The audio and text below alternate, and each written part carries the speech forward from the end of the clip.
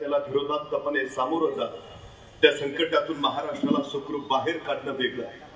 कोरोनाच्या महाभयंकर काळामध्ये ज्यांनी महाराष्ट्राला सुखरूप बाहेर काढलं ते महाराष्ट्राचे माजी मुख्यमंत्री तथा शिवसेना पक्षप्रमुख आदरणीय उद्धव साहेब ठाकरे,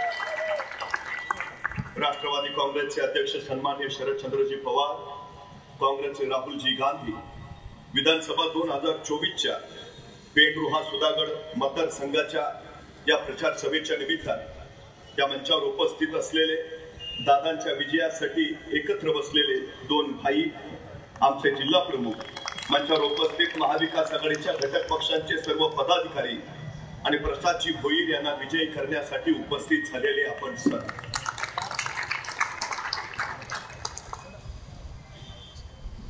पेन गणपतीच्या मूर्तींसाठी प्रसिद्ध आहे.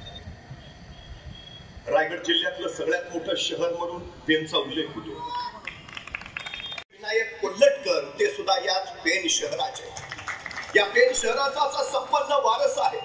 इथं जसं शिलाहारांनी राज्य केलं, जसं चालुक्यांनी यादवांनी राज्य केलं, जसं इथं मोगलांनी राज्य केलं, जसं इथं मराठ्यांनी राज्य केलं, 2009 2014 इथं शेकापनं राज्य केलं.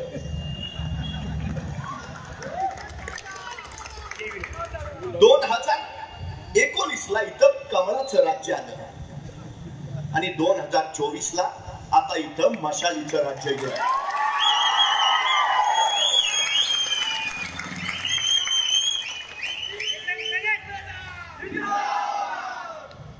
काल म्हणे उपमुख्यमंत्री आहेत, मंत्री, खासदार, आमदार सगळे इथं होते. 5 वर्ष त्यांचेच इथं आमदार आहेत. त्यामुळे मला असं वाटलं की आता पेनचा काही विकास करायचा राहिलाच नसेल. या निवडणुकीत त्यांनी जाहीरनामा सुद्धा काढला नसेल, कारण सगळंच करून झालं असेल. मला प्रश्न पडला कालच्या सभेत ते काय बोलले असतील. सगळंच केल्यावर आता बोलायचं काय.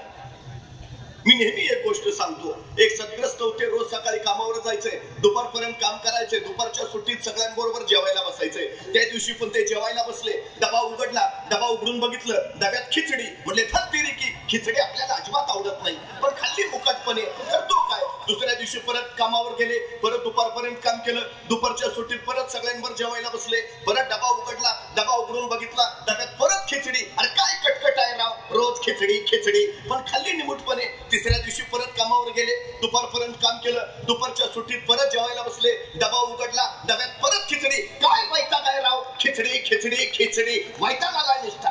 त्याची ही तंतन शेजाऱ्याला ऐकली आणि शेजारी त्याला म्हणाला, हिथं बोलून काय उपयोग आहे का, त्यापेक्षा घरी जाऊन बायकोला सांग, बाई ग मला खिचडी आवडत नाही, दुसरं काहीतरी बनवून दे, हिथं तंतन करून काय उपयोग आहे का. तसा तो म्हणला, हे बघ माझं अजून लग्न झालं नाही, त्यामुळं मला बायको नाही, त्यामुळं माझा स्वयंपाक मीच बनवतो आणि मला खिचडी शिवाय दुसरं काय बनवता येत नाही.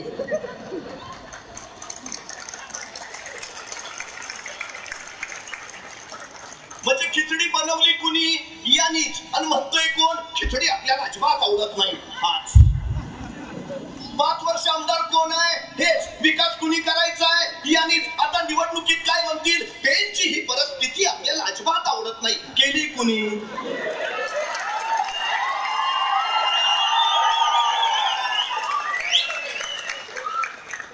आता पेनकरांनी ठरवायचे आहे, तुम्हाला विकासाची खिचडी हवी का प्रगतीचं शिवभोजन हवं. जे प्रसादाला होईल तुम्हाला मुंडेला.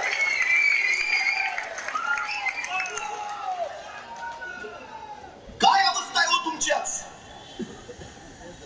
मला प्रश्न पडला सगळ्यात महत्वाचा. पाण्यासाठी वनवन करत अजून इथली लोक फिरतात. शुद्ध पाणी तुम्हाला साधं मिळू शकत नाही. गेले 2.5 वर्ष या महायुती सरकारच्या नुसत्या घोषणा तर चालल्या. हर हर नल, हर घर जल, जलकुंभ योजना, अमृता योजना, कुठे गेल्या योजना. 3000 दिले, 5000 दिले, 6000 कोटी दिले, गेले कुठं. पाण्यात गेले का खाण्यात गेले. जिथून तुमचं पाणी उचललं जातं तिथं म्हणजे गटाराचं पाणी मिसळलं जातं.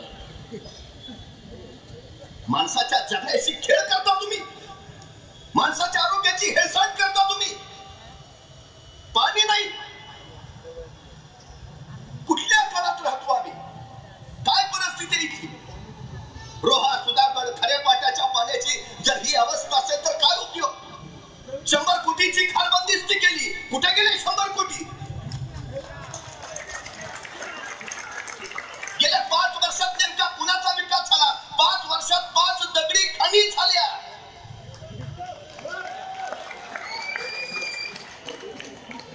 तुमच्या वाट्याला काय. 2019 साली निवडणुकीला उभा राहणाऱ्या प्रत्येकानं स्वतःच्या संपत्तीचं विवरण निवडणूक आयोगाला दिलंय. 2024 साली आता उभा राहणाऱ्यांनी आताच्या संपत्तीचं विवरण सुद्धा निवडणुकीला आयोगाला दिलंय. जरा एकदा संपत्ती बघा. 2.5 वर्षाचे मंत्री पदावर होते, त्यांची संपत्ती दुप्पट तिप्पट 5 पट झाली. मंत्र्यांनी कोटीच्या कोटी उड्डाणं घेतली, म्हणजे त्यांना कोट्यावधी, आणि सर्वसामान्य माणसाच्या हाताला काय 1500 रुपये.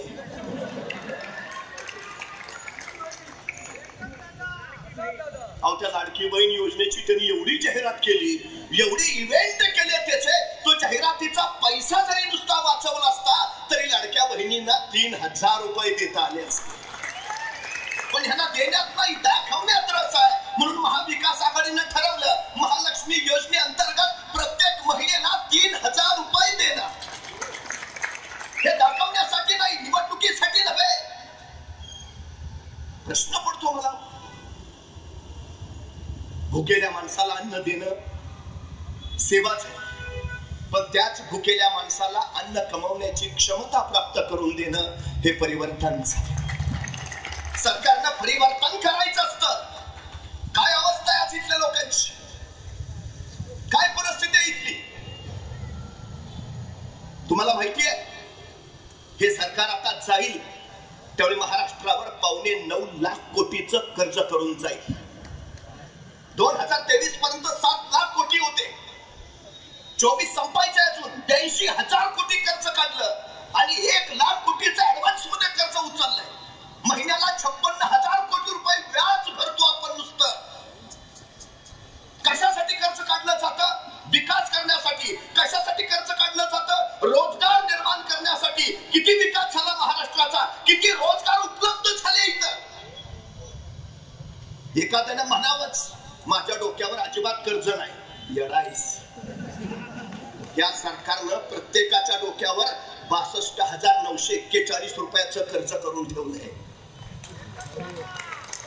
म्हणजे महाराष्ट्रात जन्माला येणारं प्रत्येक पोर जन्माला येतानाच कर्जबाजारी होऊन येते.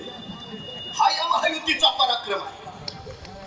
टक्केवारी, कमिशनखोरी, महाराष्ट्रात दिवाळखोरीच्या उंबरठ्यावर आणून ठेवला याने.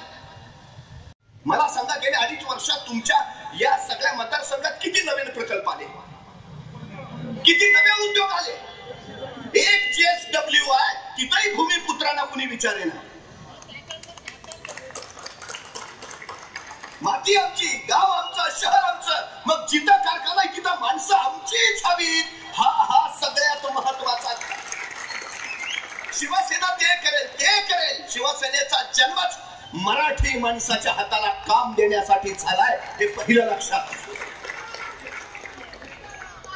मला प्रश्न पडतो कधीतरी, उद्धवजी ठाकरे मुख्यमंत्री होते, परकीय गुंतवणुकीत महाराष्ट्र क्रमांक 1 वर होते. उद्योगधंद्यामध्ये वाढ झाली, बेरोजगारीमध्ये घट झाली. कोरोना सारखं महाभयानक संकट त्यावेळी आलं आणि त्या संकटामध्ये सुद्धा हॉस्पिटलची कमतरता, आरोग्य कर्मचाऱ्यांची कमतरता, डॉक्टरांची कमतरता, एवढंच नव्हे तर ऑक्सिजनची कमतरता. पण या संकटावर मात करत उद्धवजी ठाकरेंनी महाराष्ट्र सुरक्षित आणि सुखरूप ठेवला. परवा एक सांगलीचा स्वच्छता कर्मचारी मला भेटला, म्हणाला, महाराष्ट्र खरंच भाग्यवान आहे. महाराष्ट्राला अत्यंत योग्य वेळी उद्धवजी ठाकरेंचं नेतृत्व मिळालं. कोरोनाच्या कालखंडामध्ये उद्धवजी मुख्यमंत्री नसते तर महाराष्ट्राच्या रस्त्यावर माणसं मरून पडलेली तुम्हाला दिसली असती. 5 वेळा सर्वेक्षण झाली त्यावेळी आणि देशातील सर्वोत्तम पहिल्या 5 मुख्यमंत्र्यांमध्ये उद्धवजी ठाकरे कायम अग्रेसर राहिले. महाराष्ट्र थांबला नाही, महाराष्ट्र थांबणार नाही असं म्हणत उद्धवजींनी महाराष्ट्र प्रगती पथावर नेलं. पण नेमकं हेच बघवलं नाही. 40 गद्दार झाले, शिवसेना फोडली. ती रात्र अजून महाराष्ट्र विसरलेला नाही ज्या दिवशी उद्धवजी ठाकरेंनी वर्षा बंगला सोडला आणि ते मातोश्रीकडे निघाले. अवघा महाराष्ट्र हळहळत होता, अनेकांच्या डोळ्यात अश्रू होते आणि त्याच वेळी हे 40 गद्दार टेबलावर चढून नाचत होते. तुम्ही उद्धवजींना मुख्यमंत्री पदावर उतरवलं म्हणून नाचत होता का महाराष्ट्र लुटण्यासाठी मोकळा करून दिला म्हणून नाचत होता? 2.5 वर्ष उद्धवजी ठाकरे मुख्यमंत्री होते, महाराष्ट्रातला एकही उद्योग गुजरातला गेला नाही, एकही. आणि उद्धवजी ठाकरे मुख्यमंत्री पदावर उतरले, एक उद्योग गुजरातला निघाला. तुम्हाला उद्योग गुजरातला न्यायचे होते म्हणून उद्धवजी ठाकरे मुख्यमंत्री नको होते का? IFC सेंटर नेला गुजरातला, वेदांता फॉक्सकॉन नेला गुजरातला, सॅफ्रॉन प्रकल्प गुजरातला, लाखो तरुणांना नोकऱ्या देणारा टाटा एअरवेज प्रकल्प जो महाराष्ट्रात होणार होता, महाराष्ट्राच्या नाकावर टिचून पंतप्रधानांनी परवा त्याचं उद्घाटन वडोदरामध्ये केलं, नेला गुजरातला. एअर इंडियाचं कार्यालय गुजरातला. का? देशातल्या प्रत्येक राज्यांचा विकास व्हायला हवाच, पण महाराष्ट्राची लूट करून गुजरातचा विकास काय? म्हणजे गुजरातच्या वाट्याला रांगोळी आणि महाराष्ट्राच्या वाट्याला राख का? आमच्या पोरांच्या तोंडचा रोजगाराचा घास पळवला गेला. काय अवस्था इथली पोरांची? परवा पोलीस भरती निघाली, जागा होत्या 7,000, अर्ज आले 8 लाख. शासनाच्या 3 विभागाच्या भरत्या निघाल्या, जागा होत्या 23,000, अर्ज आले 35 लाख. स्वच्छता कर्मचाऱ्याच्या मुलाखतीसाठी ज्यावेळी इंजिनियर झालेली पोरं उभा राहतात त्यावेळी लाज वाटते. कुठला कसला देश उभा करतोय आम्ही, कसला महाराष्ट्र? परवा लोकसभेला मतदान झालं, नांदेड मधला एक तरुण मतदानाला गेला आणि मतदान केंद्रात गेल्यावर त्यांनी सोबत आणलेल्या कुऱ्हाडीनं ईव्हीएम मशीनच फोडून टाकलं. पोलिसांनी पकडलं, का केलं तसं? तो म्हणला या सरकारमुळे माझा रोजगार गेलाय, या सरकारमुळे बेरोजगारी झाली आहे म्हणून ईव्हीएम मशीन फोडलाय.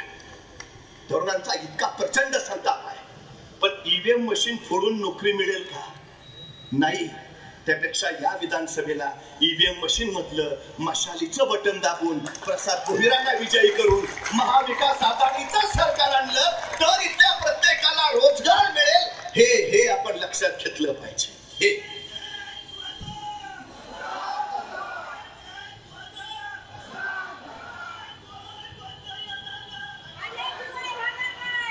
एक मला सांगा, इतक्या स्पर्धा परीक्षा घेतल्या 2.5 वर्षात, अशी एक स्पर्धा परीक्षा दाखवा ज्याचा पेपर फुटला नाही. खाजगी कंपन्यांच्या द्वारे कंत्राटी नोकर भरती शासकीयतेने सुरू केली, चराव पुरम निर्माण करून दिलं. एक भरती मला दाखवा ज्या भरतीमध्ये घोटाळा झाला नाही. तरुणांच्या आयुष्याशी खेळता तुम्ही. काय अवस्था आहे आमच्या पोरांची? मी परवा दुबईला गेलो होतो, मला कळेल ना मी दुबईत आहे का महाराष्ट्रात आहे. सगळे आपलीच गँग. ज्या हॉटेलमध्ये जेवायला गेलो तो म्हणला मी शिरवळचा. जिथं मोबाईल दाखवायला गेलो म्हटलं आठवाडीचा. जिथं आईस्क्रीम खायला गेलो म्हटलं मी रायगडचा. म्हणलं इकडं काय आहे? म्हटलं तिकडं काय आहे? तिकडं काय नाही म्हणून इकडं आहे. काय परिस्थिती आहे? माय पंढरी सोडून पोटासाठी फटकायची बेवफोर. गेल्या 5 वर्षात 17.5 लाख लोकांनी देश सोडलाय. 2.5% लोक त्यातली 500 कोटीच्या संपत्तीचे मालक आहेत, जे इथं उद्योग सुरू करू शकत होते पण इथल्या सरकारी धोरणामुळे वैतागून देश सोडून गेले. आणि उरलेले 98% पोरं नोकरीसाठी देश सोडून गेली. संधी नाही, तर संधीच नाही. IBM मध्ये 28% भारतीय आहे, इंटेल मध्ये 17% भारतीय आहे, मायक्रोसॉफ्ट मध्ये 32% भारतीय आहे, ऍपल मध्ये 36% भारतीय आहे आणि अमेरिकन अंतराळ संशोधन केंद्र नासा मध्ये 38% भारतीय आहे. म्हणजे आमची पोरं त्यांच्या देशाची अर्थव्यवस्था बळकट करतायत का? आमच्या देशात संधी नाही, नोकऱ्या नाहीत. ही मनुष्य संपदा बुद्धी संपदा जर इथं वापरली असती तर देश केव्हाच महासत्ता झाला असता. पण ह्यांचा एकच उद्योग, चलो गुजरात, महाराष्ट्राची लावा वाट.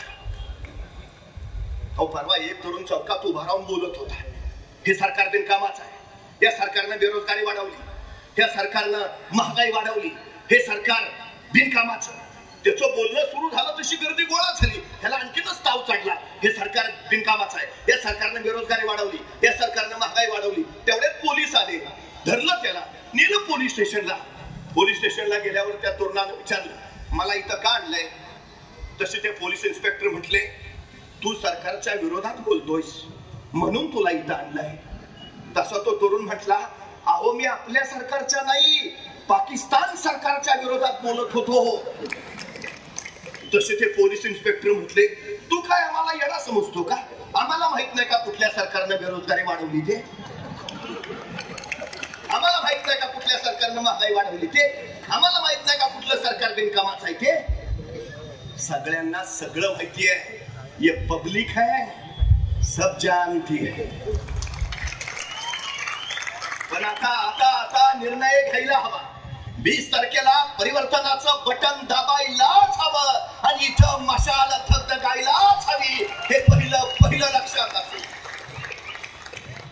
उद्धवजी ठाकरे मुख्यमंत्रीच.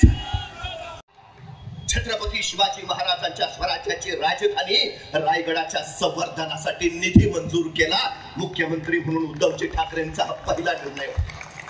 त्यांनी दुसरा निर्णय घेतला, विनाअट विनाशर्त शेतकऱ्यांचं 2 लाखापर्यंतचं कर्ज माफ करून त्यांचा 7-12 कोरा केला. 2.5 वर्ष सरकार, 2.5 वर्षाच्या या कालखंडात महाराष्ट्रात 20,000 शेतकऱ्यांनी आत्महत्या केल्या. 20,000. रोज 7 शेतकरी आत्महत्या करतायत रोज. त्यावेळी यांना कर्जमाफी करावी असं वाटलं नाही. आता निवडणुका आल्या की या घोषणा करतायत कर्जमाफी. 2.5 वर्ष हात धरले होते तुमचे. म्हणून उद्धवजी ठाकरेंनी घोषित केलं, सत्तेवर आलो की पहिला निर्णय 3 लाखापर्यंत शेतकऱ्यांचं विनाअट विनाशर्त कर्ज माफ. शेतकरी जगला तर देश जगेल. शेतकरी जगला पाहिजे ही भूमिका घेऊन महाविकास आघाडी पुढे निघाली. हे आम्ही लक्षात घेतलं पाहिजे. पण या सरकारनं काय केलं? 3.5 लाख कोटीचं उद्योगपतींचं कर्ज माफ केलं. फक्त 3 उद्योगपती, 3.5 लाख कोटी माफ. पण यांना शेतकऱ्यांचं कर्ज माफ करावं वाटलं नाही. हे सरकार उद्योगपतींचं आहे, सर्वसामान्य शेतकऱ्यांचं हे सरकार नाही. हे पहिलं आपण लक्षात घेतलं पाहिजे. काय परिस्थिती आहे? आता तुम्ही घोषणा द्यायला लागले, आता तुम्ही आश्वासनं सोडायला लागले. 2.5 वर्ष काय करत होता तुम्ही? आम्हाला जरा सजग आणि सावध राहायला हवं.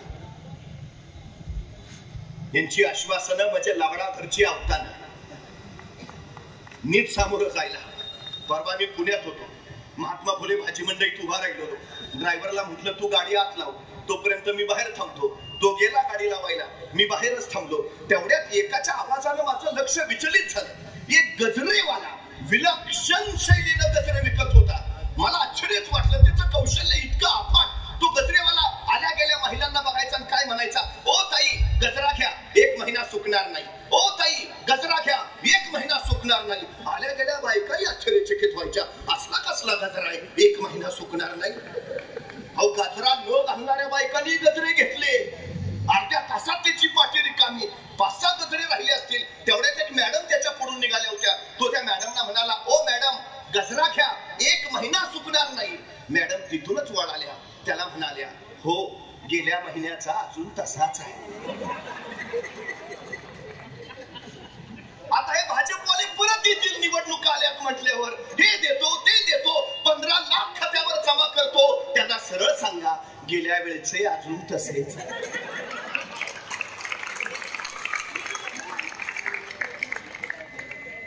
काय मान्य केलं? काय त्यांनी दिलं? हे 2 कोटी रोजगार देणार होते, वर्षाला दिले.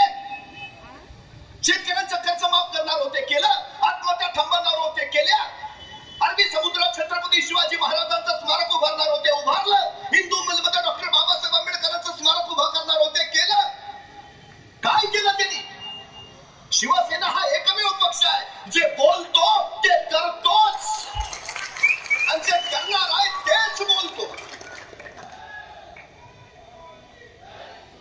मला खरं तर उद्धवजी ठाकरेंचे आभार मानायचे आहेत. त्यांनी पेण विधानसभेसाठी प्रसाद भोईरांसारखा उच्च शिक्षित उमेदवार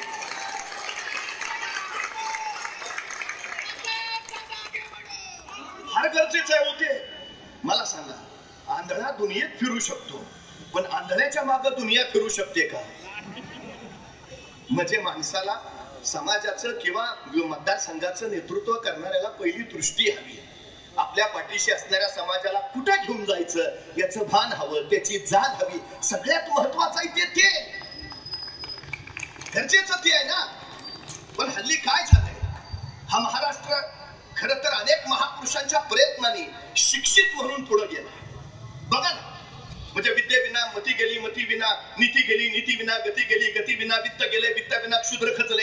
एवढे सगळे अनर्थ एका विद्येनं केले असं सांगणारे महात्मा फुले आणि स्त्री शिक्षणाची ज्योत पेटवणाऱ्या सावित्रीबाई फुलेंचा हा महाराष्ट्र आहे. पण या महाराष्ट्रामध्ये या महायुती सरकारनं 62,000 शाळा खाजगी कंपन्यांना देऊन टाकल्या. सर्वसामान्य पोरं सरकारी शाळेत शिकतात, पण 62,000 शाळा खाजगी कंपन्यांना दिल्यामुळं आता शिकणं इतकं महाग होईल की सर्वसामान्य माणूस आपल्या पोरांना शिकवू शकणार नाही. पटसंख्या कमी, अहो कोकणात तर गावं छोटी छोटी, शाळाच मुलं कमीच असणार ना. बंद शाळा 17,143 शाळा बंद केल्या, शिकवूच नाही. तुम्हाला माहिती आहे, पहिलीमध्ये प्रवेश घेतलेल्या मुलींची संख्या होती 1,03,00,000. त्यापैकी 12वीत किती जणी पोचल्या? फक्त 20 लाख. म्हणजे पहिली ते 12वी या शिक्षण प्रवाहातनं बाहेर किती फेकल्या गेल्या? तब्बल 83 लाख. पाठीला फोर बांधून रणमैदानात उतरणाऱ्या झाशीच्या राणींचा हा महाराष्ट्र आहे. अहिल्याबाई होळकरांचा हा महाराष्ट्र आहे. पण त्याच महाराष्ट्रात 83 लाख मुली शिक्षण प्रवाहाच्या बाहेर. या मुलींना शिक्षण प्रवाहात कसं ठेवावं यासाठी खरं तर अभ्यास समिती स्थापन व्हायला पाहिजे होती. या सरकारनं ती नाही केली. या सरकारनं कशावर अभ्यास समिती केली माहितीये? महाराष्ट्रामध्ये बिअरच्या विक्रीत घट झाली आहे. बिअरच्या विक्रीत वाढ कशी करावी यासाठी यांनी अभ्यास समिती नेमली आहे. तुम्हाला शिक्षित महाराष्ट्र घडवायचा आहे का झुमता महाराष्ट्र घडवायचा आहे? शिक्षण फार महत्वाचं हो, म्हणून त्या विधिमंडळात सुद्धा शिक्षित माणसं गेली पाहिजेत, तर तो शिक्षणाचं महत्व जाणून उद्याच्या पिढींचं भविष्य घडवेल. नाहीतर अवघड असते. एक असेच आमदार होते, त्यांनी काय बाकी कामच केलं नाही, पण एक वैकुंठ धाम मात्र छान बांधलं. स्मशानभूमी उत्तम, आणि त्या स्मशानभूमीचं त्यांनी उद्घाटन केलं. आणि उद्घाटन झाल्यानंतर ते भाषणाला उभा राहिले. म्हणजे लोकांची फार अडचण होत होती, म्हणून आम्ही अद्ययावत स्मशानभूमी उभारली आहे. पावसाळ्यात लाकडं ओली व्हायची, माणूस लवकर वर जायचाच नाही, सगळीच खोळंबून राहायची, म्हणून आम्ही विद्युत दाहिनीची व्यवस्था केली आहे. चिखलात माणसं अवघड व्हायचं सगळं, म्हणून आम्ही फरशाच बसवलेल्या आहेत.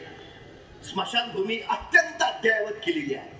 तरी माझी सगळ्या ग्रामस्थांना कळकळीची विनंती आहे, त्यांनी लवकरात लवकर या स्मशानभूमीचा लाभ घ्यावा.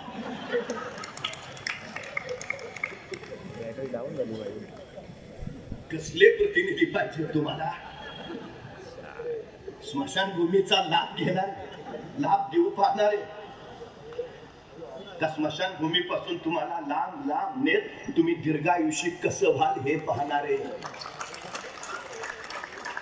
तुमच्या पेण विधानसभा मतदारसंघातल्या रुग्णालयांची अवस्था काय आहे?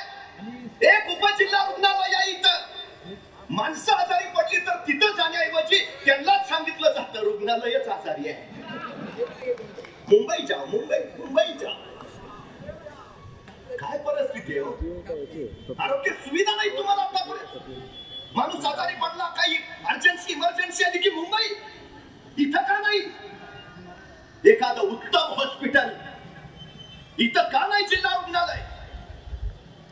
आरोग्य सुविधा देण्याचं काम प्रसादजी भोईर करते. या सगळ्या गोष्टींकडे लक्ष द्यायला हवं. पण दुर्दैवाने या सगळ्या विकासाच्या गोष्टीला बाजूला सारल्या जाव्यात आणि आपल्या 2.5 वर्षाचं अपयश लपवलं जावं यासाठी त्यांनी या निवडणुकीच्या प्रचारात नवीन नवीन मुद्दे आणायला सुरुवात केली. सगळं सामाजिक वातावरण कठोर करून टाकलंय. पूर्वी आम्हाला शाळेत शिकवलं जायचं, दगडावर दगड घासला की ठिणग्या उडतात, आणि मग अग्नीचा शोध लागला. आता ह्यांना नवा शोध लागलाय. जातीवर जात घासली, धर्मावर धर्म घासला की ठिणग्या उडतात. मग आग पेटते आणि त्याच्यावर आपल्या सत्तेची पोळी भाजून घेता येते. जाती जातीत वितुष्ट निर्माण करायचं काम सुरू केलं. धर्मात भांडण लावायचं काम सुरू केलं. हे आता बोलायला लागले, पटेगा तो कटेगा. अरे हा महाराष्ट्र आहे. रुग्ण बाजूला टाकून दिल्लीच्या तख्ताला धडका देणारा महाराष्ट्र.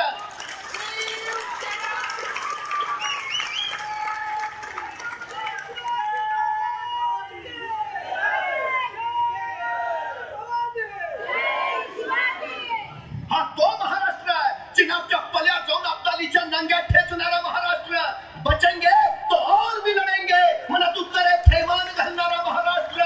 मन हट्टा हो मारूंगा तो चढकर मारूंगा असं कडाडणारा महाराष्ट्र.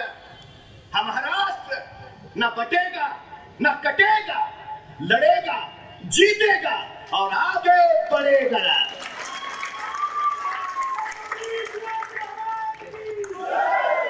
आमचा शिवसैनिक ज्यावेळी हातामध्ये शिवबंधन बांधतो ना, तर छत्रपती शिवाजी महाराजांचा हा प्रफकड जातीचा महाराष्ट्र एकसंघ ठेवायची शपथ घेतो.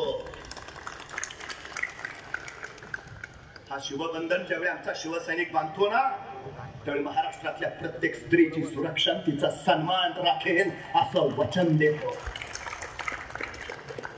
जगातला पहिला सर्जिकल स्ट्राईक शिवाजी महाराजांनी केला. लाल महालात शाहिस्ता खानाची बोटं छाटली आणि वाऱ्यासारखे आलेले महाराज तीरासारखे निघून गेले. काही वेळानंतर लाल महालातला गोंधळ संपला आणि शाहिस्ता खानाची एक बेगम धावत धावत शाहिस्ता खानाकडे आली. हुजूर क्या हुआ? हमारी बेटी गायब है, हमारी बेटी गायब है हुजूर.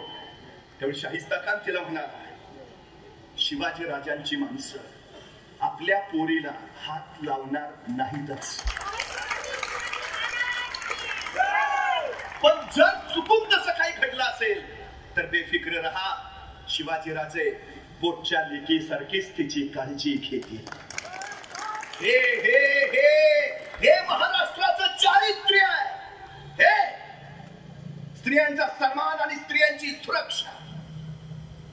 उद्धवजी ठाकरे मुख्यमंत्री होते. स्त्री सुरक्षा आणि स्त्री सन्मानासाठी त्यांनी शक्ती कायदा संमत केला. पण गेल्या 2.5 वर्षात या महायुती सरकारनं संमत झालेला शक्ती कायदा ना केंद्राकडनं मंजूर करून आणला ना त्याची अंमलबजावणी केली. काय अवस्था आहे महाराष्ट्राची? गेल्या वर्षभरामध्ये 47,000 महिला अत्याचाराचे गुन्हे नोंद झालेत एनसीआरबीच्या अहवालानुसार. रोज 129 महिलांवर अत्याचार होत आहेत महाराष्ट्रात. 26,000 मुली आणि महिला गायब झाल्यात गेल्या 1 वर्षात. शिवछत्रपतींचा महाराष्ट्र. स्त्री सुरक्षा, स्त्री सन्मान हे आमचं पहिलं काम असलं पाहिजे. पहिलं. त्या बदलापूरमध्ये 3.5 वर्षाच्या चिमुरडीवर अत्याचार झाला. सगळं बदलापूर पेटून उठलं. तर त्यांच्यावर सुद्धा लाठी हल्ला केला गेला. का? आम्ही आमच्या लेकरांसाठी भांडायचं नाही. अंतरवाली सराटीमध्ये मराठा समाजाला आरक्षण मिळावं यासाठी आंदोलन चाललं होतं. त्यांच्यावर लाठी हल्ला, माझी भगिनींवर लाठी चालवली. का? न्याय हक्कासाठी त्यांनी भांडायचं नाही. वारकऱ्यांवर लाठी हल्ला केला. आपल्या माय पंढरीसाठी लढणाऱ्या बारसू प्रकल्पग्रस्तांवर लाठी हल्ला केला. का? हे कुणाचं राज्य आहे? कुणासाठी आहे? हे लोकांचं राज्य लोकांचं राहिलं पाहिजे. लोकांच्या हितासाठी, लोकांच्या कल्याणासाठी ते असलं पाहिजे. ज्या युगप्रवर्तक छत्रपती शिवाजी महाराजांनी राष्ट्र उभा केलं त्या महाराजांचा पुतळा हे नीट उभा करू शकले नाहीत. मालवणात महाराजांचा पुतळा अवघ्या 8 महिन्यात कोसळला. आणि हे सांगतायत पुतळा वाऱ्यानं कोसळला. पुतळा वाऱ्यानं नव्हे, तुमच्या भ्रष्टाचारानं पोखरलेल्या व्यवस्थेनं कोसळला. पुतळा नव्हे, इथली अस्मिता कोसळली. पुतळा नव्हे, इथला स्वाभिमान कोसळला. पुतळा नव्हे, इथली नैतिक मूल्य ठासळली. परवा एक शिवभक्त मला म्हणाला, 8 महिन्यात बांधलेला पुतळा कोसळला. मात्र 3.5 वर्षापूर्वी महाराजांनी उभारलेला सिंधुदुर्ग किल्ला मात्र अजून जसाच्या तसा आहे. पुतळा कोसळतो पण 350 वर्षापूर्वीचा सिंधुदुर्ग मात्र जसाच्या तसा राहतो. महाराजांनी सिंधुदुर्ग बांधताना काय मिक्सर वापरला असेल. मी त्याला म्हटलं मिक्सर काही का असेना, पण त्या मिक्सर मध्ये प्रामाणिकपणा होता एवढं मात्र नाही. छत्रपती शिवाजी महाराजांनी स्वराज्याचं अग्निहोत्र पेटवलं. ज्या मशालीनं आई जगदंबे पुढे महाराष्ट्र धर्माचं साकडं घातलं, ज्या मशालीनं स्वातंत्र्य लढ्यामध्ये क्रांतीच्या ज्वाळा निर्माण केल्या, ती मशाल आता धगधगणार आणि महाराष्ट्र उजळणार. 20 तारखेला मशालीचं बटन दाबा आणि प्रसादजी भोईर यांना विक्रमी मताने विजयी करा. जाताना फक्त एकच सांगतो, जर जगणं करायचं असेल खुशालीचं तर बटन दाबा, मशाल